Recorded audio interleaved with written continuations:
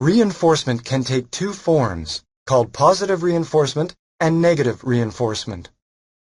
Positive reinforcement occurs when a response is strengthened because it is followed by the presentation of a rewarding stimulus.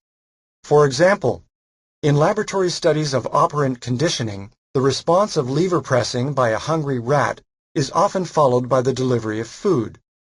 As a result, the tendency to make the response is strengthened. In other words, lever pressing increases. Positive reinforcement is pervasive in our lives. For example, people show up for their jobs because paychecks usually follow. Likewise, young children exhibit angelic behavior around Christmas because lots of presents are likely to follow. Fancy cars, nice clothes, tasty meals, gifts, agreement, and attention are additional examples of positive reinforcers.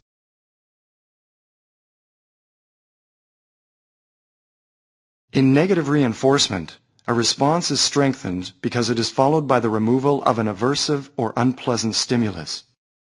Don't let the word negative confuse you. Both negative reinforcement and positive reinforcement reinforce or strengthen a response tendency.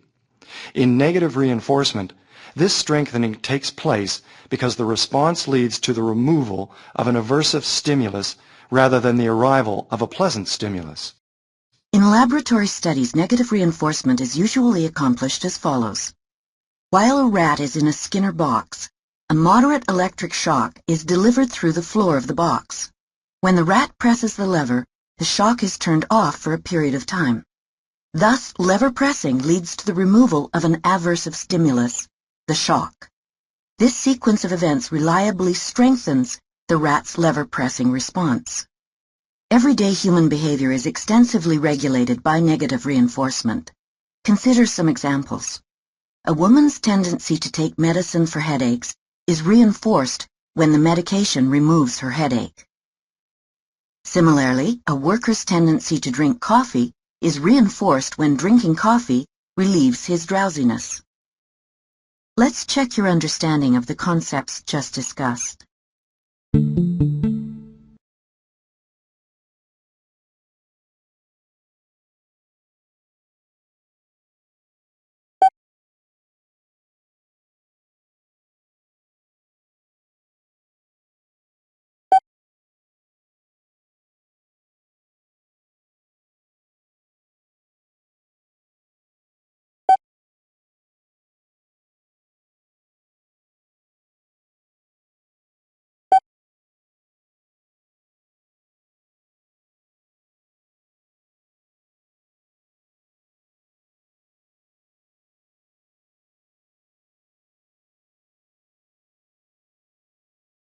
Reinforcement, whether positive or negative, strengthens a response.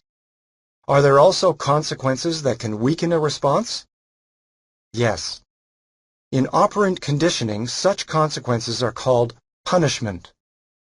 Punishment occurs when an event following a response decreases the tendency to make that response. Punishment typically involves the presentation of an aversive or unpleasant stimulus. In a Skinner box, the administration of punishment is very simple. When a rat presses the lever, it receives a brief shock. This procedure usually leads to a rapid decline in the rat's lever pressing.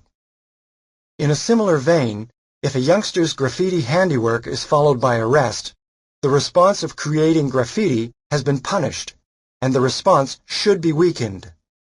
The concept of punishment in operant conditioning is confusing to many students on two counts. First, they often confuse it with negative reinforcement because aversive stimuli play a role in both.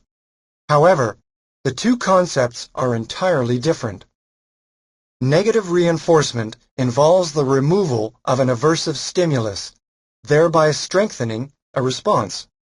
Punishment, on the other hand, involves the presentation of an aversive stimulus, thereby weakening a response. Thus, punishment and negative reinforcement are opposite procedures that yield opposite effects on behavior.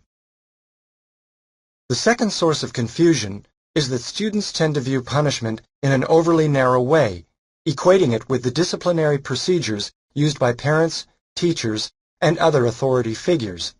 In the operant model, the concept of punishment goes far beyond things like parents spanking children and teachers handing out detentions. For example, if you wear a new outfit and your friends make fun of it, your behavior will have been punished, and your tendency to emit this response to wear the same clothing will probably decline. Similarly, if excessive drinking is followed by a terrible hangover, the response has been punished, and the tendency to make the response should decline.